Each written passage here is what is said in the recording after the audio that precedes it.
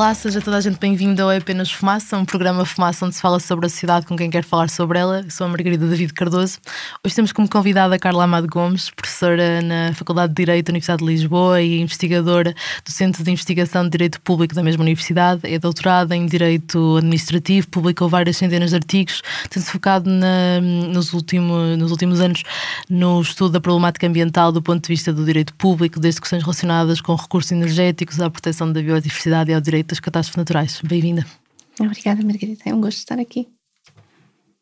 A opção é, mantendo a Portela, crescermos com um novo aeroporto no Montijo. Muito brevemente estaremos a concluir as negociações com a ANA e aguardaremos unicamente, mas é muito importante, a decisão em matéria de impacto ambiental para poder tornar a decisão absolutamente irreversível.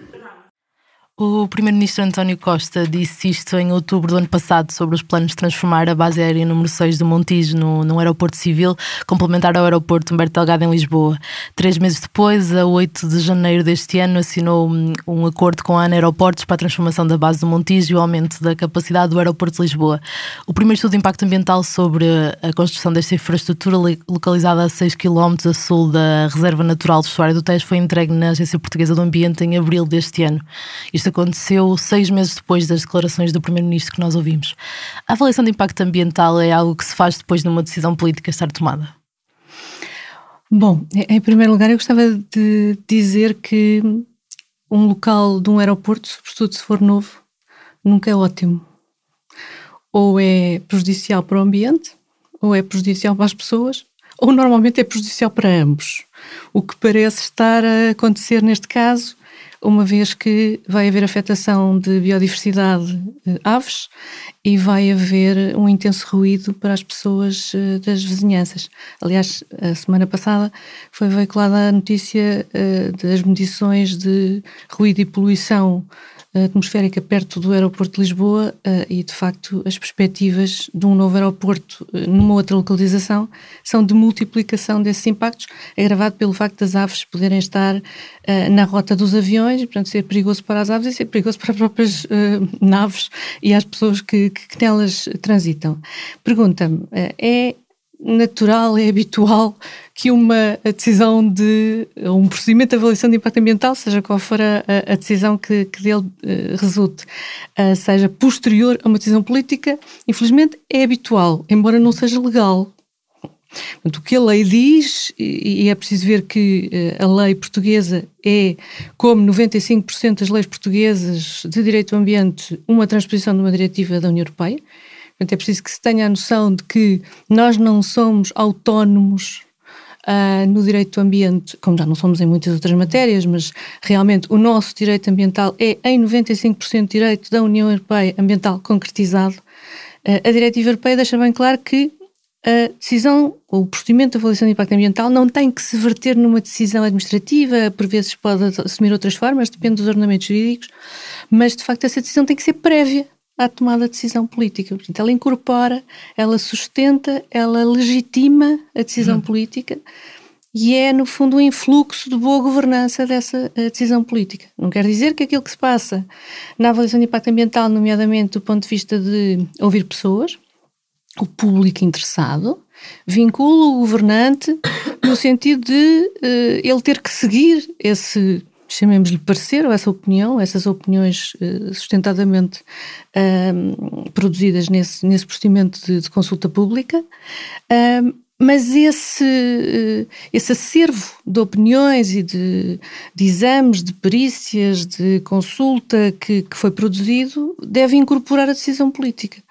Ora, o que acontece em Portugal em muitas situações é que esse processo é invertido. Primeiro toma-se a decisão política e depois vai-se tentar confirmar já com acordos firmados com determinados operadores e muitas vezes operadores económicos, o que deixa muito pouca margem, do ponto de vista da boa-fé do Estado e do Estado ser supostamente uma pessoa do bem e o governo que o representa, de que essa decisão ambiental vá ser contrária à decisão política. Deixa pouca margem de manobra. Não é? E naturalmente isso também não é bom para a população em geral, que fica descrente dos procedimentos ambientais. Porque pensa, mas a decisão está tomada, agora vamos fazer a avaliação exatamente para quê?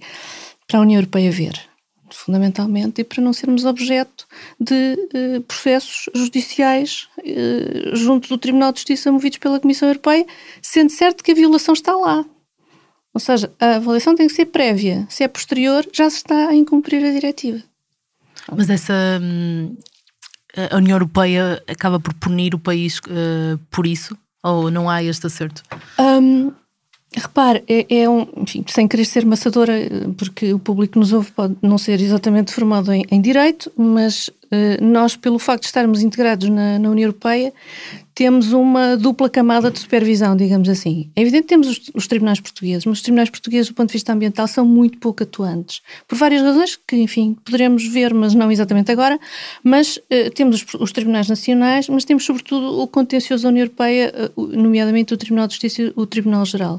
Como é que um processo pode chegar ao Tribunal de Justiça no sentido de Portugal ser condenado por não cumprir uma diretiva europeia? Há um processo que se chama processo por incumprimento.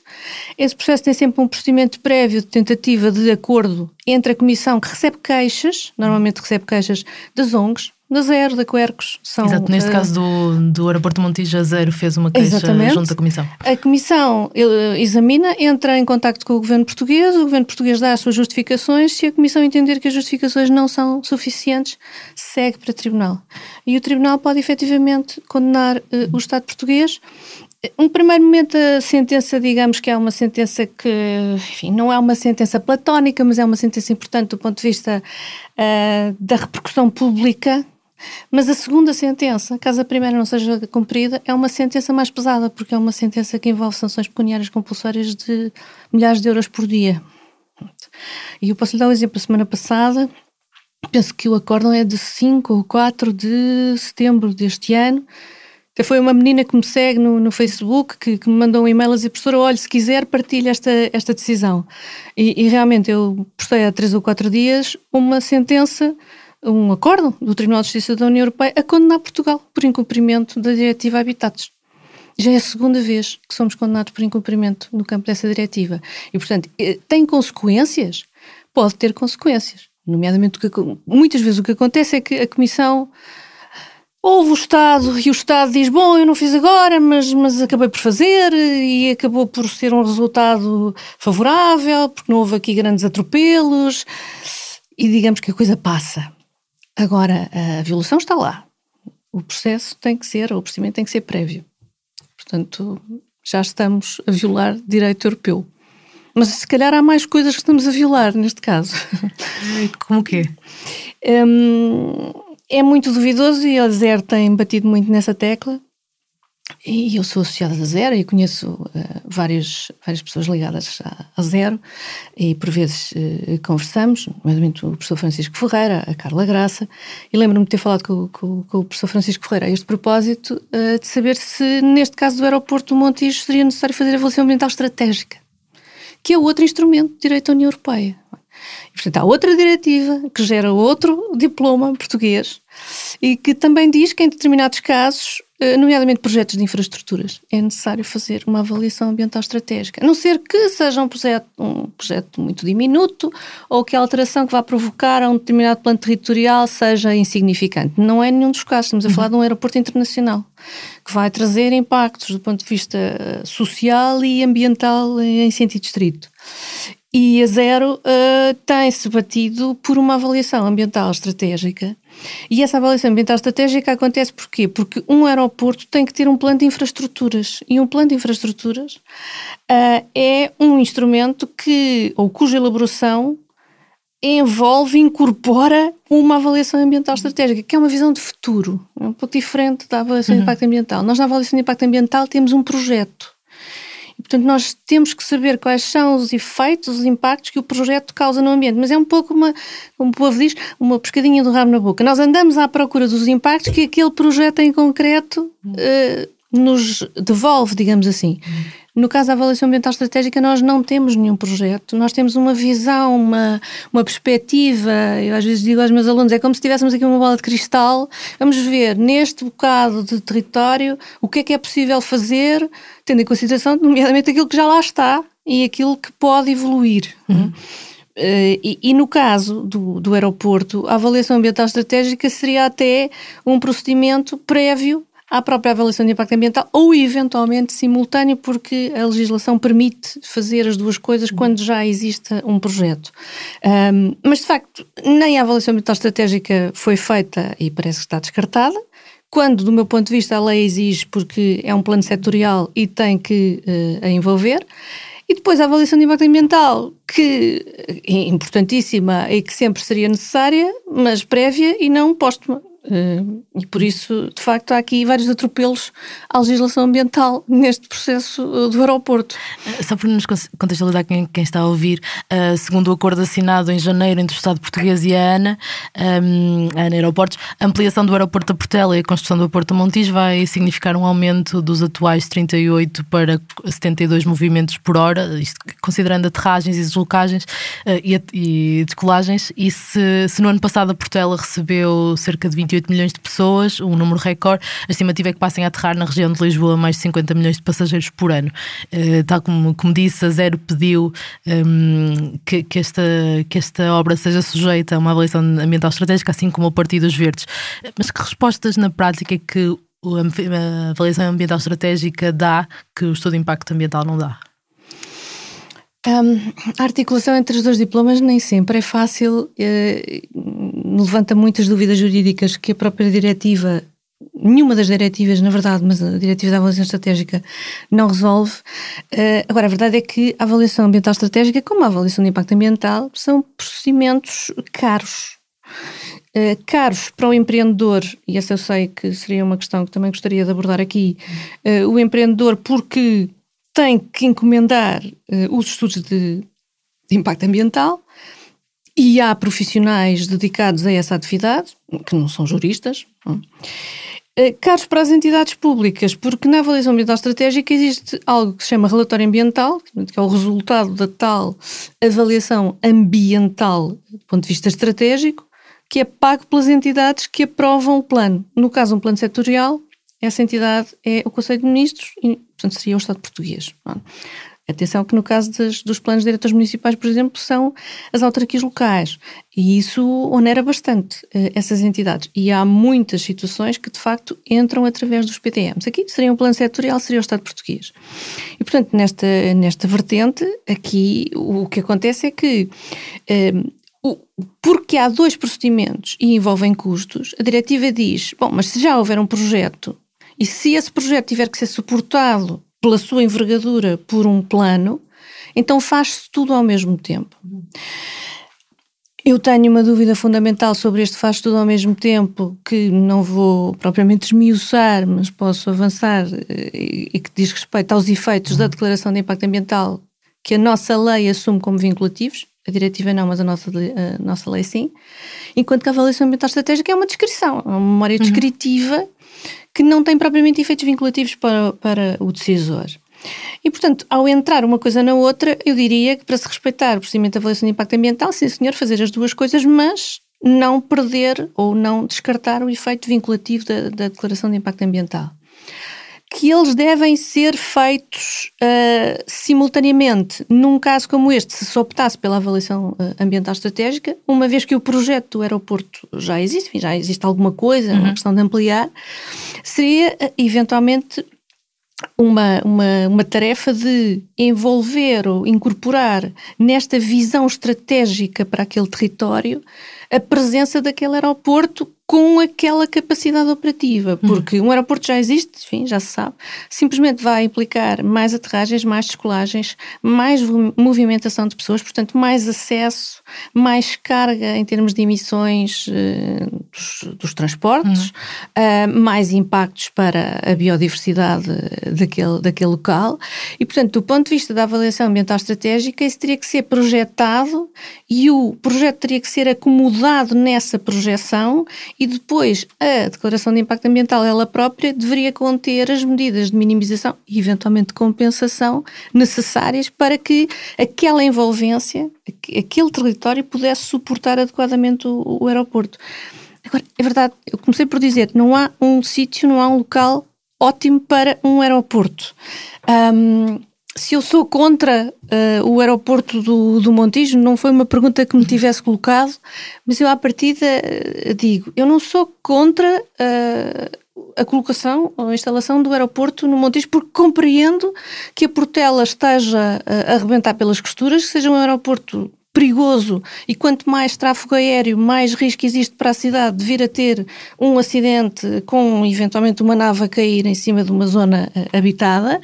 Simplesmente é para isso que existem os instrumentos de avaliação e de ponderação das consequências ambientais. Portanto, aeroporto eventualmente sim, mas não já como um facto consumado, porque isso do ponto de vista da boa governança ambiental é péssimo. O governo está-nos a vender um aeroporto como se fosse um dado adquirido e, portanto, toda a participação pública é perfeitamente descartável porque a decisão política já está tomada.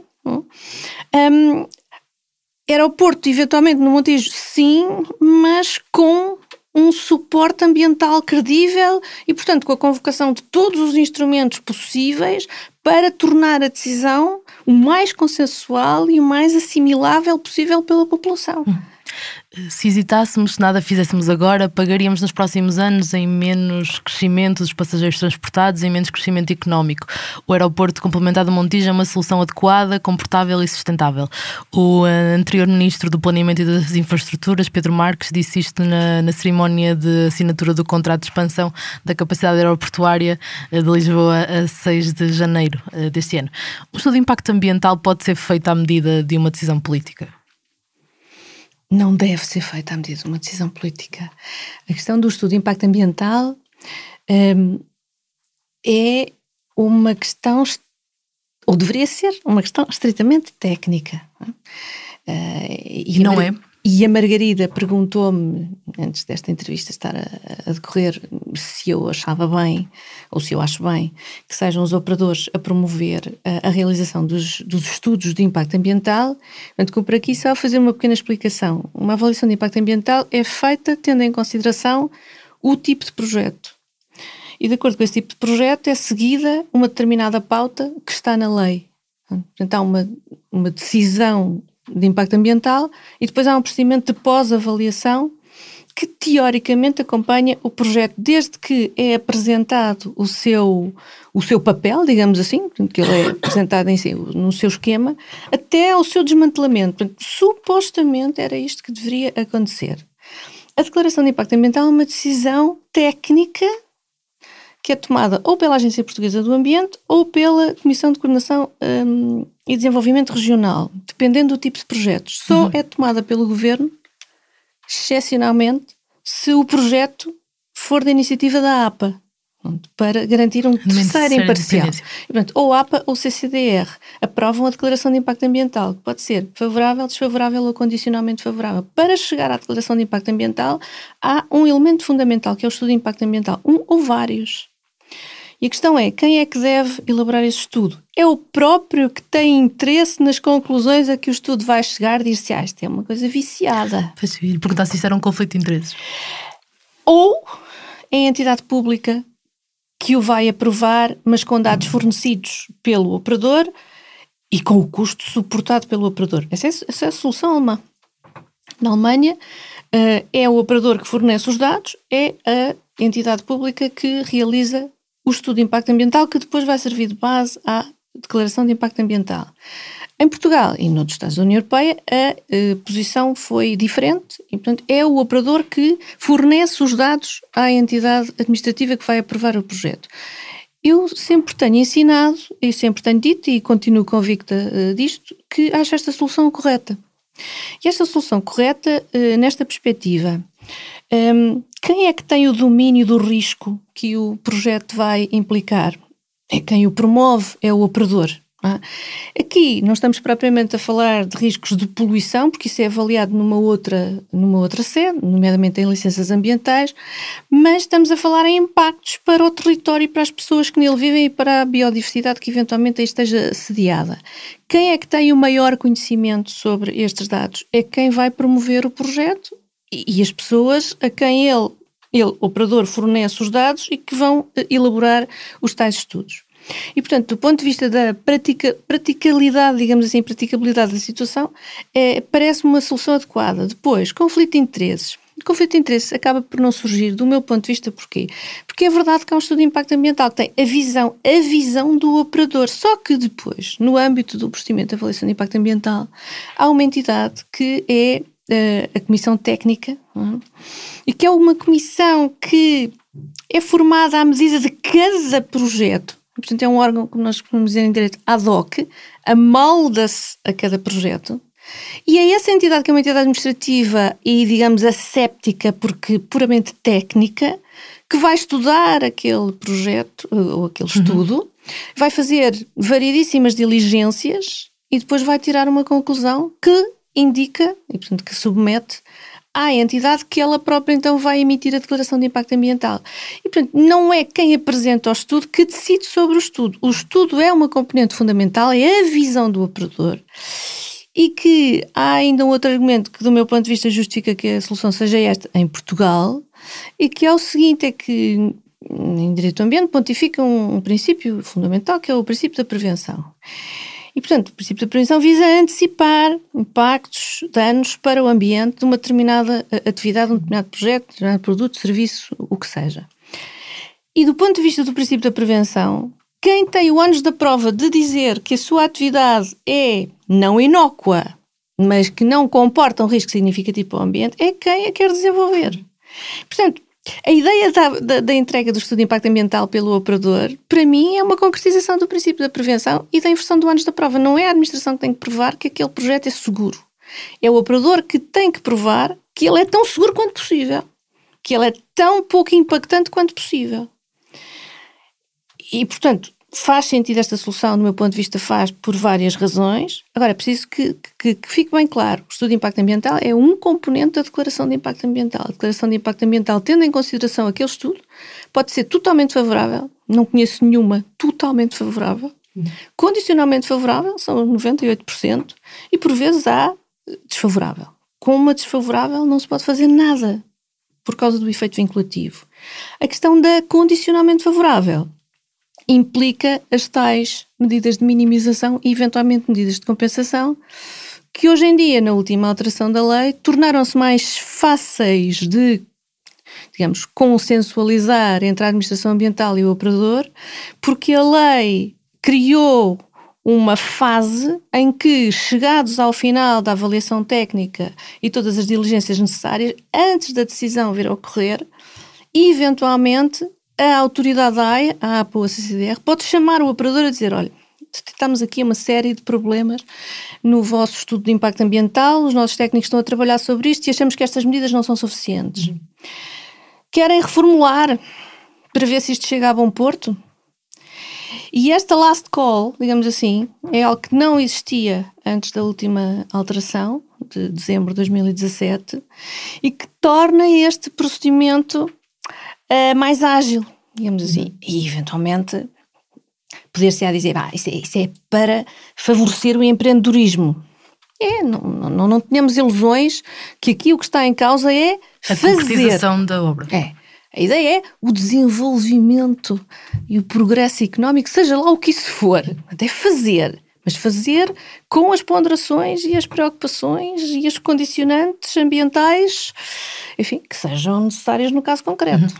Segundo dados recolhidos pelo público em julho, entre 2.300 estudos de impacto ambiental submetidos nos últimos 25 anos à Agência Portuguesa do Ambiente, só 444, ou seja, 6% tiveram uma decisão favorável. Acha que isto são boas notícias?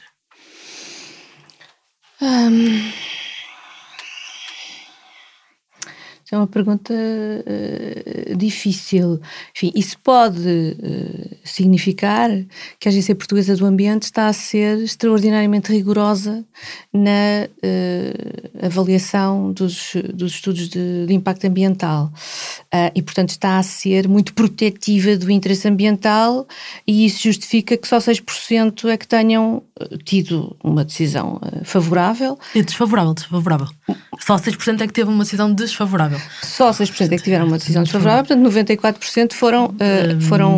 Neste caso, a grande maioria, como tinha dito, é favorável condicionada. Pronto. É que eu fiquei surpresa. Confesso, com 6%... Se calhar foi eu que disse mal, sim. Foi com 6%, eu fiquei um pouco surpreendida por isso. Bom, esses 6% dos desfavoráveis é a tal margem mínima, o que significa que há alguma eventual benevolência, sendo certo que é preciso ter em consideração que a APA, a Agência Portuguesa do Ambiente, agora, enfim, é sempre responsável pela declaração de impacto ambiental no caso dos projetos do anexo 1, nem sempre o é nos casos dos projetos do anexo 2. Os projetos do anexo 2 são projetos menos impactantes, chamemos-lhe assim. Mas até há bem pouco tempo, quem emitia a declaração de impacto ambiental, na verdade, era o Ministro do Ambiente.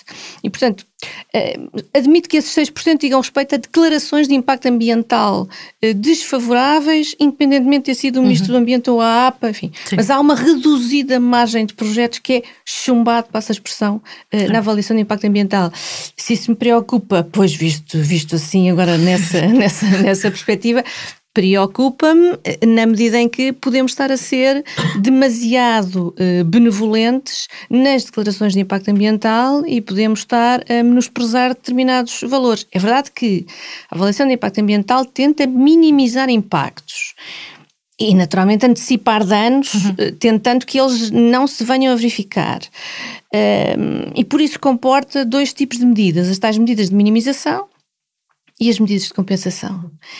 Isto já é uma linguagem muito técnica, mas fundamentalmente a ideia da minimização do impacto tem a ver com uma redução da perturbação que o projeto vai envolver para o ambiente social e ambiental, chamemos assim, ou ecológico.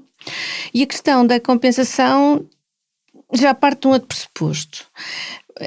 Parte do pressuposto do dano. Um impacto não é igual a um dano. Um impacto é uma alteração adversa, mas que não é considerada significativa, ou seja, podemos tolerá-la, o ambiente pode assimilá-la, as pessoas podem assimilá-la, ainda podemos viver com isso. No caso do dano é uma perda irreversível, e por isso os impactos minimizam-se, os danos compensam-se. E a questão das medidas de compensação é uma questão misteriosa, porque elas aparecem nomeadas nas avaliações de impacto ambiental e na legislação da avaliação de impacto ambiental e nomeadamente no diploma da rede das áreas protegidas, mas elas não têm regime jurídico. Sobre isso eu queria te perguntar, quando o estudo de impacto ambiental tem esta decisão favorável condicionada, o promotor do projeto tem que fazer o RCAP, o relatório de conformidade ambiental do projeto de execução, onde tem que demonstrar que pôs em prática exatamente essas medidas de compensação ou mitigação dos impactos ambientais durante e depois das obras. E é então formada uma comissão de acompanhamento ambiental, onde uma série de entidades, onde se inclui o dono da obra, as associações ambientalistas, o Instituto de Conservação da Natureza e outros organismos que tutelem os recursos ambientais implicados, fiquem encarregues de acompanhar o cumprimento destas medidas. Mas estas comissões de acompanhamento fazem realmente uma fiscalização eficaz? Maria, permita-me só uma pequena correção. O RECAP é um segundo estudo, um segundo relatório de avaliação de impacto que não acontece em todos os casos. Porque o projeto, quando é submetido, pode ser um projeto completo, com a fase das estruturas e a fase da execução, ou pode apenas haver a chamada concessão, por questões várias, por questões técnicas, por questões financeiras, e só mais tarde é que o operador consegue dar, digamos, o quadro completo. Só nessa situação é que acontece o RECAP. Porquê? Porque havia o risco, e a União Europeia percebeu isso e por isso é que criou essa figura, havia o risco de o operador por razões menos sérias, apresentar apenas um projeto de concessão, conseguir uma declaração de impacto ambiental favorável e depois, na execução, provocar todos os impactos e estar livre de qualquer controle. E não haver qualquer E, portanto, neste momento, o que é que nós temos? Nós temos uma DIA que é emitida sob um projeto de concessão e depois essa DIA vai ser reavaliada no tal RECAP. Bom, é verdade que o RECAP acontece numa fase posterior, mas aquilo a que a Margarida se refere com as comissões de acompanhamento não tem apenas a ver com o RECAP. Okay. Tem a ver é com uma figura que a nossa lei originalmente, portanto inovatoriamente e até de forma muito louvável, incluiu no regime de avaliação de impacto ambiental, que é a chamada pós-avaliação. Pós de quê? Pós da emissão da DIA. Porque se pensaria, bom, a DIA contém todas as medidas de minimização, todas as medidas de compensação, o operador, pessoa de bem, vai cumpri-las e, portanto, não é necessário fazer mais coisa nenhuma. Mas no procedimento de avaliação de impacto ambiental e nos procedimentos ambientais existe esta ideia da supervisão até que o ato morra, digamos assim, desde o berço até à tumba. E esta ideia da pós-avaliação, no caso da avaliação de impacto ambiental, pode envolver as comissões de acompanhamento nos processos de infraestruturas. Não é uma figura que aconteça sempre. Pode estar prevista, por exemplo, no estudo de impacto ambiental e ser assimilada pela declaração de impacto ambiental. Eu, porque me chamou a atenção para isso, fui à procura de um dos últimos despachos, não creio que seja o último, mas este é relativamente recente.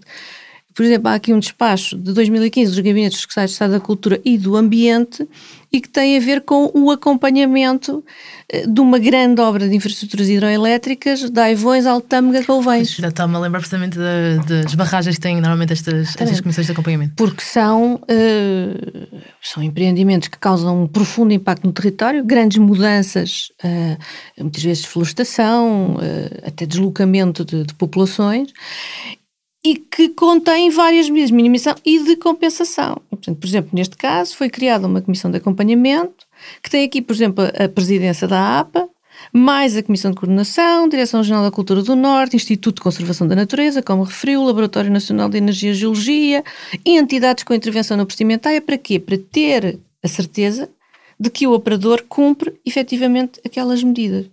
Porque aquelas medidas, na verdade, de minimização e compensação, por exemplo, aqui neste espaço alude-se a uma compensação socioambiental que me deixou muito curiosa, exatamente o que é que se quereria dizer com isto, porque não há nenhum regime nem para a compensação ecológica, nem para a compensação socioambiental. Normalmente vão umas pessoas com alguns meses de antecedência oferecer determinadas, enfim, não queria ser desagradável, mas determinadas esmolas às populações, dizer, olha, o senhor vai ter aqui uma barragem, provavelmente vai ficar aqui sem o seu couval, independentemente de haver aqui expropriações, nós vamos lhe dar um eletrodoméstico.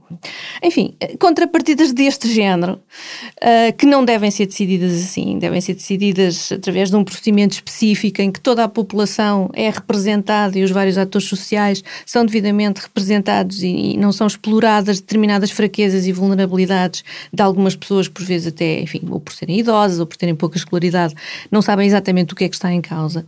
Mas estas comissões de acompanhamento, dizia, elas podem acontecer nos procedimentos para avaliação, normalmente a sua criação está prevista na própria declaração de impacto ambiental e elas seguem estes procedimentos para saber se eles são efetivamente cumpridos. A questão é, e se não forem? Pois, que poder é que têm estas comissões? E se não forem? As decisões são vinculativas? Não, estas comissões são entidades puramente, enfim, eu diria consultivas, não é? Que podem reportar à autoridade da AIA, mais uma vez, à APA ou à CCDR, aqui, por exemplo, a APA preside, e, portanto, a APA sabe perfeitamente o que é que está ali em causa. Portanto, nem há propriamente uma comunicação formal, a APA tem todas as ferramentas para saber se está a ser ou não cumprido aquilo que está previsto na Declaração de Impacto Ambiental. Eventualmente pode haver sanções contra os nacionais por incumprimento das condições da Declaração de Impacto Ambiental, e as condições da Declaração de Impacto Ambiental são precisamente as tais medidas de minimização e compensação.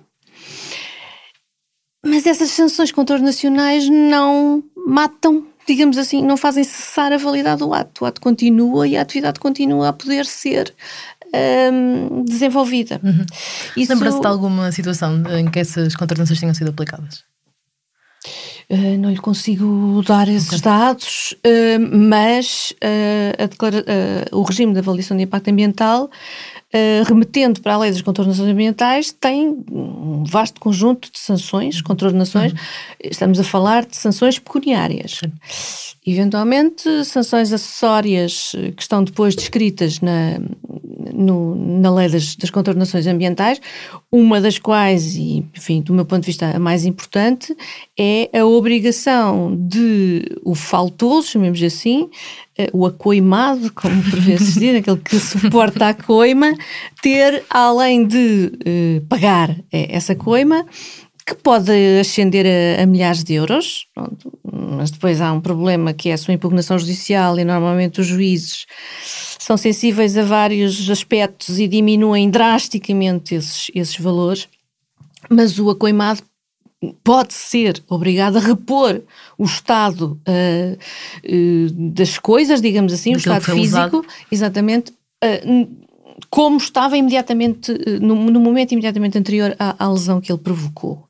Portanto, isso poderia parecer ser relativamente eficaz no caso de se ter provocado um dano, o operador está obrigado a repor o estado das coisas. Simplesmente, como nós sabemos, do ponto de vista ambiental / ecológico, o estado das coisas é muitas vezes impossível de repor exatamente no estado em que estava, por causa dos equilíbrios dos ecossistemas. E por isso é que convém não chegar à ideia do dano, convém atalhar antes, através, enfim, ou das medidas de minimização ou das medidas de compensação, porque, por exemplo, no caso das barragens, sabe-se que os danos vão ocorrer, é inevitável, vai ter que haver desmatamento, vai ter que haver deslocação de habitats, vai ter que haver medidas também de minimização de ruídos, etc. Mas essas medidas de compensação são inevitáveis. O que é que, mais uma vez, diz a Diretiva Habitats? Essas medidas de compensação têm que ser prestadas pelo operador. Mas têm que ser prestadas quando? E aí o direito da União Europeia começa a falhar, e há uns anos a Comissão Europeia enfim, emitiu umas guidelines, enfim, um código de boa conduta, umas diretrizes de boa conduta, em que, nas quais diz expressamente, estas medidas de compensação têm que ser adotadas e de preferência concluídas antes do dano vir a acontecer, para permitir a chamada continuidade do equilíbrio ecológico. E, portanto, se vai deslocar uma determinada espécie de um habitat, antes de deslocar essa espécie do habitat, vai-se tentar encontrar um habitat o mais parecido possível, promover um investimento numa espécie que pode ser a mesma ou pode ser uma com as mesmas características, para aumentar o potencial, que é para depois, quando o dano ocorrer e ali descer, digamos assim, o ambiente no seu todo, como diz a diretiva, não sofrer.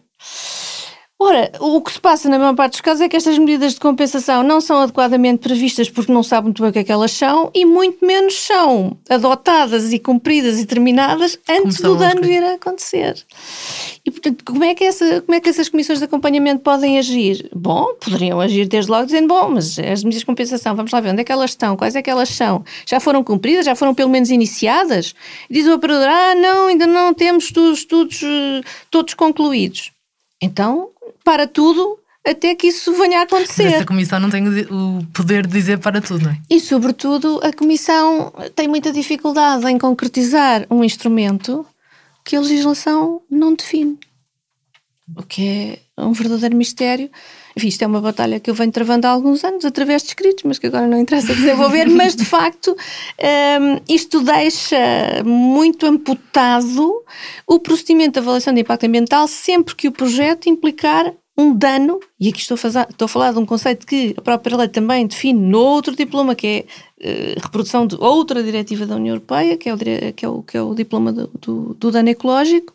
Portanto, há uma alteração adversa significativa, mensurável, no terreno, que tem que ser compensada por uma atividade desenvolvida por quem vai provocar esse dano, num local com as mesmas características biológicas, geofísicas, o que seja, e de preferência antes de o dano vir a ser concretizado.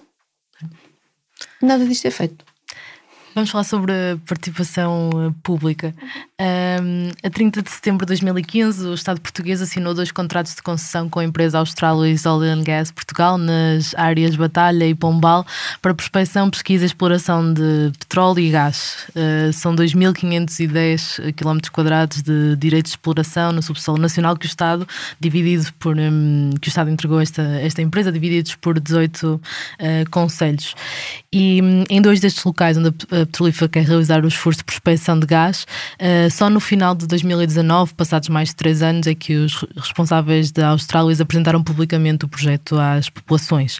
A Savannah Lithium, detentora desde março de 2017 dos direitos de exploração de feldspato, quartzo e lítio na mina do Barroso, em Boticas, fez uma sessão de esclarecimento na freguesia onde pretende avançar com esta mina a céu aberto no último mês de agosto. Porquê que as empresas só dão explicações nos locais onde já vão fazer grandes empreitadas tanto tempo depois dos contratos estarem assinados? Para não provocar tumultos e para evitar problemas com os financiadores. Mas isto não deita por terra toda a ideia de consulta e participação pública? Sim, mais uma vez o mesmo problema de haver uma declaração de impacto ambiental póstuma à tomada e publicitação da decisão política. Eu confesso que relativamente aos contratos do lítio não tenho conhecimento, porque nunca estudei matéria, aliás um dos meus trabalhos de casa a fazer nos próximos meses. Relativamente ao petróleo estou um pouco mais enquadrada, porque com um ex-orientando meu desenvolvi um estudo que há 2 anos precisamente sobre o problema da legislação de enquadramento e como encaixar as condicionantes ambientais. E de facto, por exemplo, no caso do petróleo as coisas são difíceis. Porquê? Porque a legislação é de 94, pensou-se assim, provavelmente, nós nunca teremos petróleo, mas se alguma vez tivermos, aqui fica este esboço de legislação. E nessa altura, enfim, nunca se tomou a sério, embora haja muitas sondagens já feitas ao longo da costa portuguesa, e portanto nunca se investiu nessa legislação e sobretudo nunca se cruzou essa legislação com a avaliação de impacto ambiental, nem outras legislações, outros textos, outras normas sobre restrições e condicionamentos ambientais. Portanto, foi-se deixando tudo um pouco navegar à vista, até que acontecem estes contratos. E porquê que estes contratos têm levantado? Agora estou-me a referir ao petróleo, mas poderia estar a reportar-me ao lítio, embora o lítio não seja tão líquido como o petróleo. No caso do petróleo, porquê no fundo do Bruá? Porque estes furos a acontecerem, que havia quem dissesse que nunca iriam acontecer e que as empresas apenas celebraram estes contratos para manter o interesse dos acionistas. E, portanto, uma atividade de especulação. Nunca tinha havido verdadeiro interesse em furar. E a verdade é que os furos não aconteceram. Enfim, eu não sei se este valor é correto, mas eu tenho um amigo que faz advocacia muito intensa na área do petróleo e que me diz que um furo de prospecção pode custar 8 bilhões de euros. Enfim, talvez esteja aqui a empolar, mas é uma quantia muitíssimo significativa e, portanto, uma empresa não vai furar, a não ser que tenha alguma perspectiva séria. E a perspectiva séria na costa portuguesa nunca aconteceu e são feitos furos já, não sei, mas há seguramente quase 100 anos que vêm a ser feitos sondagens na costa portuguesa, nunca foram feitos furos, precisamente porque nunca houve indícios de que houvesse realmente petróleo. Mas, no caso do petróleo, a questão é mais controversa, porque o Acordo de Paris entra em vigor em 2016. Estes contratos são anteriores, mas os furos são para ser feitos depois deste acordo entrar em vigor. E este acordo visa descarbonizar. Ora, descarbonizar evidentemente não é desligar a torneira do petróleo hoje... Ou do gás. Ou do gás e morrermos todos. Porque neste momento, com as condições de civilização que condicionam a nossa vida diária, se nós desligássemos a torneira do petróleo, é um pouco a ideia dos japoneses terem desligado as centrais nucleares depois de Fukushima. Passados 2 anos tiveram que as religar. Porquê? Porque a balança de pagamentos estava a assumir valores incomportáveis porque eles planearam todo o seu abastecimento energético do ponto de vista da eletricidade através do nuclear. Pararam com o nuclear, tiveram que importar petróleo. Não havia receitas que suportassem isso. A civilização ocidental, enfim, tirando uns índios e algumas populações autóctones que vivam diretamente da natureza, não está preparada para se desligar do petróleo. E, portanto, descarbonizar não é desligar o gás, o petróleo, não, é reduzir tanto quanto possível, de forma rápida, essa utilização, mas, sobretudo, keep it on the ground. O que está ainda em exploração, enfim, envolveu investimento, vá-se gradualmente desligando. Agora, o que está debaixo do solo, permaneça debaixo do solo. E foi essa a razão porque estes eventuais furos provocaram tanta convulsão do ponto de vista das populações, porque seriam, enfim, não digo que as populações tivessem propriamente conhecimento do Acordo de Paris, mas as populações estavam a ver ali uma possibilidade de poluição intensa a perturbar determinadas atividades, nomeadamente pesca e turismo. No caso do lítio, há o problema da contaminação dos aquíferos. É mais grave do ponto de vista ambiental. Por causa do petróleo, só se fosse um acidente, e acontecem, mas o Algarve, por exemplo, enfim, Portugal é uma zona sísmica, é um território sísmico, e portanto em condições normais o acidente com as melhores técnicas não aconteceria, mas se acontecesse poderia provocar um derrame e poderia provocar poluição intensa, mas é um risco, de 1 para 1 milhão. No caso do lítio as coisas são um pouco diferentes porque toda a extração, todo o extrativismo, e nomeadamente, por exemplo, a técnica do fracking, no caso do petróleo, que não era isso que estava em causa aqui, pronto. Mas no caso do lítio e a mineração, implica injetar na rocha determinados líquidos para extrair os minerais. Ora, esses líquidos, se não forem devidamente controlados, sobretudo a sua saída, digamos assim, a sua penetração no meio envolvente, pode implicar um sério risco de ficarem as populações sem água ou com água contaminada.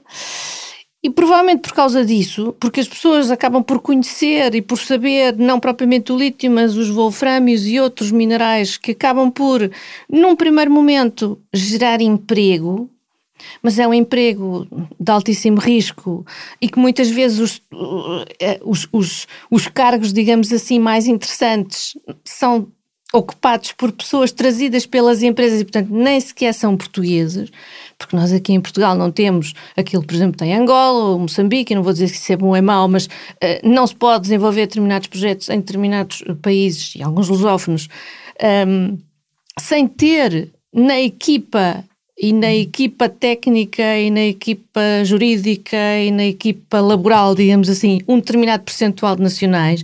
Nós normalmente não temos essas exigências e, portanto, as populações são carne para canhão, passa a expressão, quer do ponto de vista da utilização de mão de obra, que provavelmente aqui em Portugal será barata comparada com outros locais do mundo, mas com os impactos que vão sofrer no médio e longo prazo. E a questão da água o Estado não devia ouvir as populações antes de assinar estes contratos? A questão é que deveria ser feita uma avaliação de impacto ambiental antes de celebrar o contrato. No Código dos Contratos Públicos, quando se exige um concurso público, portanto, quando há uma necessidade, nomeadamente por razões de valor, de pôr o objeto do contrato à concorrência para saber quem é que faz uma melhor proposta, o Código dos Contratos Públicos diz claramente, claramente, obviamente, dependendo do projeto, não é? Mas, por exemplo, uma empreitada de obras públicas que envolve um impacto no ambiente, todos os candidatos ao concurso têm que instruir as suas propostas com uma declaração de impacto ambiental, que tem que ser forçosamente favorável. Enfim, o condicionalmente favorável, sob pena da candidatura não ser aceite num concurso público. O que acontece nestas situações? Não vão a concurso, porque não há assim tanta procura. Portanto, há um investidor que já experimentou esta técnica em algumas outras partes do mundo, que fez aqui alguns estudos e está disposto a investir. E claro que o governo português o que quer ouvir falar é investimento, não é? E vende a coisa às populações como isto vai gerar emprego e depois vêm os trabalhadores e consomem nos restaurantes e ocupam os hotéis como se isso fosse, enfim, não é assim que as coisas acontecem, não é? Porque depois têm locais próprios. A maior parte destas receitas fogem às populações. As populações só têm o prejuízo, só têm o ónus ambiental. Portanto, o governo deveria ouvir as populações, o governo deveria fazer com que nenhum destes contratos fosse assinado sem estar instruído com uma declaração de impacto ambiental que diga quais são as condicionantes e que essas condicionantes sejam assimiladas pelo contrato. Ora, mais uma vez, não é isso que acontece. Vou-lhe ler um excerto de um artigo da Ana Delicado, que é investigadora do Instituto de Ciências Sociais da Universidade de Lisboa e vice-coordenadora do Observa, Observatório de Ambiente, Território e Sociedade. Estou a citar. Da publicação quase secreta nas sedes de conselho e num obscuro site da APA, avançou-se para um portal próprio, Participa, onde estão disponíveis todos os processos de consulta pública, não só da avaliação de impacto ambiental, mas também dos programas, planos, estratégias, licenciamentos, avaliação de incidências ambientais e outros. O portal disponibiliza toda a informação necessária e um formulário muito simples para que os cidadãos possam chegar e fazer os seus comentários. Mas para que serve tanta acessibilidade, que mesmo assim é restrita aos utilizadores da internet, deixando de fora as camadas da população com menos recursos e literacia digital, quando depois os comentários dos não especialistas são ignorados? Para que serve disponibilizar tanto documento e relatório quando os cidadãos não têm a oportunidade de fazer perguntas e ver as dúvidas esclarecidas em linguagem que entendam? Porque me é permitido pronunciar-me sobre um matador ou em Torre de Moncorvo onde nunca estive, dando à minha opinião o mesmo valor, nenhum de facto, que é da minha família que viver a paredes meias com o dito. Ele pediu que respondesse a estas perguntas. A certa altura, a Margarida, quando me abordou para fazer esta entrevista, falava-me da Convenção de Aros, o de Oros, que é uma cidade na Dinamarca. Essa convenção, que é de 98, entra em vigor em 2001, vincula a União Europeia, vincula Portugal, tem aquilo que eu chamo uma trilogia do direito ao ambiente, que eu costumo dizer que, enfim, basicamente o direito ao ambiente é acesso à informação, participação pública em procedimentos de tomada de decisão ambiental, acesso à justiça para contestar eventuais decisões que os cidadãos, enfim, o público em geral, considerem lesivas do ambiente. Acesso à informação. O acesso à informação, que foi, por exemplo, o que esteve em causa na decisão da juíza de Lolé, quando deferiu a providência cautelar de suspensão do furo que iria ser realizado. Em Alger. A juíza observou, enfim, analisou o procedimento de consulta pública e constatou o seguinte: havia 2 relatórios sobre 2 dimensões de impacto que aqueles furos poderiam eventualmente causar, que só foram disponibilizados à população depois de o TUPEM, portanto o título que permitiria ao operador furar, estar atribuído. Ou seja, as populações não dispuseram da informação total, suficiente, plena, cabal para perceberem o que estava em causa. E com base nesse raciocínio, a juíza, de forma absolutamente ousada e inovadora, veio dizer, bom, mas então esta decisão é nula, porque viola um direito fundamental, que é o direito à participação pública, direito esse que está condicionado por um prévio outro direito, que é o direito de acesso à informação. Só se pode participar informadamente se tiver acesso atempado, completo, objetivo, claro, à informação. Portanto, estes direitos estão todos ligados. Aceder à informação para participar. Se a participação não tiver o efeito que a população quer, normalmente não tem, então poder aceder aos tribunais com os dados que vêm desde o início. Portanto, no caso do furo de Aljur, conseguiu-se travar o furo, depois a empresa acabou por desistir, mas a lógica da juíza foi essa: reforçar o direito à participação pública, dizer uma decisão não é válida se não incorporar uma participação verdadeiramente informada. E, portanto, resta saber se estamos dispostos a, tal como a Ana Delicado estava a referir, estamos dispostos a levar isso às últimas consequências e a dizer que qualquer decisão que possa ter impactos significativos no ambiente tem que ter uma consulta pública, uma consulta atempada, uma consulta objetiva, uma consulta esclarecida, uma consulta informada de todas as pessoas que quiserem participar, do público interessado. Não quer dizer que essas pessoas não queremos porque não queremos. Bom, então não se faz. Isso não faz parte do nosso quadro democrático. Nós não temos democracia direta. Não é vinculativa. Não é. E mesmo a legislação europeia o que diz é que as entidades competentes devem tomar em consideração aquilo que resultar da consulta pública. Portanto, em nada na legislação europeia se diz que a consulta pública é vinculativa. E lá está. A nossa democracia é representativa, temperada por momentos de participação. Portanto, as pessoas devem ser chamadas a solidarizar-se no sentido de cuidar de um bem que é comum e, portanto, tentar fazer com que os responsáveis prestem contas, a ideia da accountability, a ideia da responsabilização política dos responsáveis, e portanto, se não acataram o que as pessoas disseram, porquê é que o não fizeram? E, portanto, no fundo, trata-se de exprimir determinadas opiniões e a decisão de dizer, bom, e estas opiniões que foram expressas não foram acatadas porque isto e porque isto e porque isto. Isto é que é uma fundamentação que espelha uma boa governança ambiental. O que tem sido feito até agora é... As avaliações são póstumas, os regimes são obscuros, a informação não é muitas vezes atempada, a informação não é clara, apesar de as diretivas europeias e os próprios diplomas nacionais dizerem estes estudos, por exemplo, o estudo de impacto ambiental, no seu conteúdo mínimo, diz tem que ter um resumo não técnico para que as pessoas comuns, como eu, não é? Como eu, possam perceber, porque eu não sou engenheira. Um dos grandes problemas dos juristas no direito do ambiente é nós lidamos com ciências, lidamos com um objeto que envolve o tratamento por ciências que não são o direito. E, portanto, tem que nos explicar como se fosse uma criança de 7 anos, ou pronto, pelo menos como se fosse um jovem com 16 ou 18 anos. E isso não acontece. E, portanto, depois o que sucede é que há mini convulsões sociais que no caso português são mini porque as pessoas verdadeiramente não se mobilizam. O entusiasmo acerca de uma determinada causa dura pouco. As pessoas não têm uma capacidade de projetar uma determinada decisão no futuro, no sentido de eu vou ver a minha qualidade de vida gravemente afetada. As pessoas aderem ao broá naquela altura, mas depois, passado uma semana, já há outra notícia mais inquietante e acabam por deixar cair as coisas. Nós não temos mecanismos de democracia participativa enraizados.